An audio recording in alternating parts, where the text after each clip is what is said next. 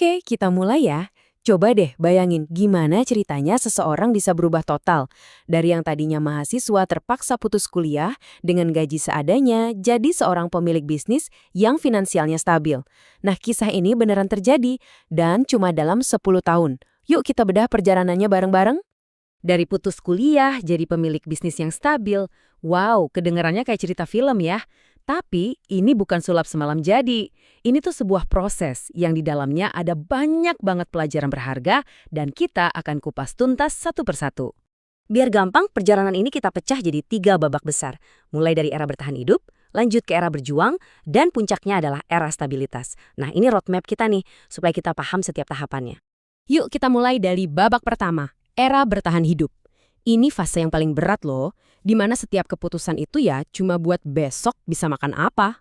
Tapi justru disinilah, di titik terendah ini fondasi mental yang paling penting itu terbentuk. Nah, ini pelajaran pertama dan mungkin yang paling penting, soal pola pikir. Ada beda tipis, tapi krusial banget di sini. Satu sisi, ada orang yang pasrah nerima nasib. Mereka bilang, ya udahlah, emang hidup gue sengsara selamanya. Tapi di sisi lain, ada yang nerima situasi.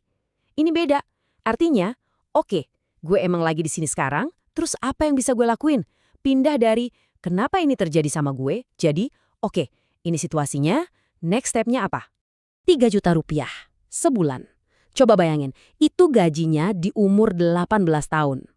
Angka ini penting banget buat kita pegang karena ini jadi konteks buat pelajaran selanjutnya. Dengan pemasukan segini, strategi finansial yang biasa kita dengar, itu ya nggak bakal jalan. Jadi masalahnya tuh gini, bayangin pendapatan kamu itu kayak ember yang diisi pakai pipet. Sekeras apapun kamu coba hemat airnya, embernya ya nggak bakal penuh-penuh. Mustahil kan?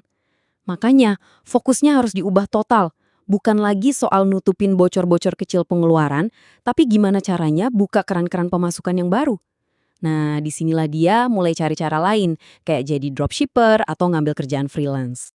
Pertanyaan ini nih, mungkin agak nusuk ya, apalagi buat kita-kita yang jadi generasi sandwich. Tapi, ini jadi dasar dari sebuah prinsip yang krusial banget buat siapapun yang punya tanggung jawab finansial ke keluarga. Pernah dengar kan, instruksi di pesawat, pasang masker oksigen Anda dulu, baru tolong orang lain? Nah, prinsipnya sama persis di sini. Kita harus selamatin diri kita dulu, stabilin finansial kita dulu, baru kita bisa benar-benar efektif nolong orang lain. Ini bukan egois loh ya, ini soal sustainability. Kalau kita maksa nolongin orang pas kita sendiri lagi rapuh, yang ada kita malah ikut tenggelam bareng. Oke, kita masuk ke babak kedua, era berjuang. Uniknya, titik baliknya itu justru datang dari krisis. Dia kehilangan pekerjaan pas pandemi. Tapi, justru dari situlah pintu peluang yang mengubah segalanya kebuka lebar. Nah, ini dia kuncinya, momentum. Pas dia lihat ada ketertarikan sama konten finansial yang dia buat, dia nggak nunggu-nunggu lagi, dia langsung tancap gas. Manfaatin momentum itu habis-habisan dengan posting konten tiap hari. Peluang itu seringkali lewat kan, tugas kita ya harus sigap nangkapnya dan ngejalaninnya dengan all in. Setelah pengalaman pahit kehilangan kerjaan, dia belajar satu hal yang sangat penting. Jangan pernah bergantung cuma sama satu sumber pemasukan. Dia mulai bangun banyak keran baru. Ada endorsement, jadi pembicara, bikin webinar, sampai bisnis sendiri. Logikanya simpel aja, kalau satu keran tiba-tiba mampet, masih banyak keran lain yang airnya ngalir terus. Nah, ini konsep yang powerful banget. Kekayaan sejati itu bukan soal seberapa gede gaji kamu, tapi seberapa lebar jarak antara pemasukan dan pengeluaran kamu. Kuncinya cuma satu, pastiin kenaikan gaya hidup kamu itu lebih lambat dari kenaikan pendapatan kamu. Gap atau jarak itulah harta kamu yang sebenarnya. Dan ini jebakan psikologisnya nih. Pas kita udah terbiasa sama gaya hidup yang lebih enak, itu tuh jadi standar normal yang baru di kepala kita. Akibatnya, susah banget buat nurunin standar itu lagi kalau tiba-tiba pendapatan kita anjlok. Inilah yang namanya jebakan kenormalan baru, yang harus diwaspadai sama siapapun yang karirnya lagi naik. Dan sekarang, kita sampai di babak ketiga, era stabilitas.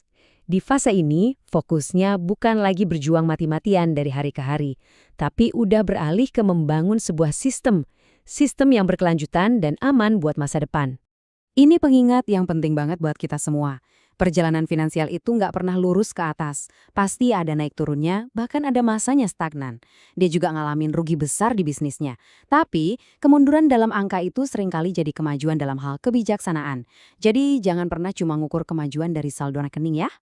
Intinya begini, pertumbuhan sejati itu lebih dari sekedar uang.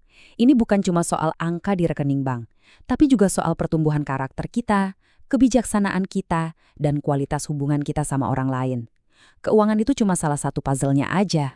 Nah, di era stabilitas ini, kita sadar kalau kita nggak bisa kerja terus selamanya. Sekarang giliran uang yang harus kerja buat kita. Caranya ada dua. Pertama, capital gains. Simpelnya, kita beli aset kayak saham atau emas, terus berharap harganya naik, lalu kita jual buat dapat untung. Yang kedua, passive income. Ini kita dapat pemasukan rutin, misalnya dari kupon obligasi, tanpa harus ngejual aset utamanya. Jadi dapat duit sambil asetnya tetap ada. Dan sampailah kita di pelajaran terakhir.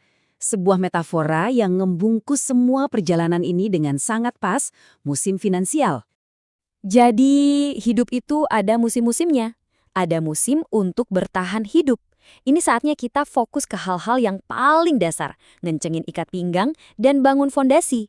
Di musim ini, nggak apa-apa kalau kita jalannya pelan. Terus, datanglah musim untuk berjuang. Nah, ini saatnya kita gaspol. Ngerahin semua energi, nangkep setiap kesempatan, dan kerja sekeras-kerasnya buat ngejar pertumbuhan. Dan akhirnya, akan tiba musim di mana kita bertumbuh subur. Disinilah kita bisa mulai menikmati hasil kerja keras sambil tetap cerdas membangun sistem yang stabil dan berkelanjutan buat jangka panjang. Jadi, pertanyaan refleksi buat kita semua, kamu sekarang lagi ada di musim finansial yang mana? Apakah lagi bertahan, lagi berjuang, atau udah di fase bertumbuh subur? Jawabannya bakal nentuin banget loh strategi apa yang harus kamu ambil selanjutnya. Karena setiap musim butuh fokus yang beda. Terima kasih sudah menyimak.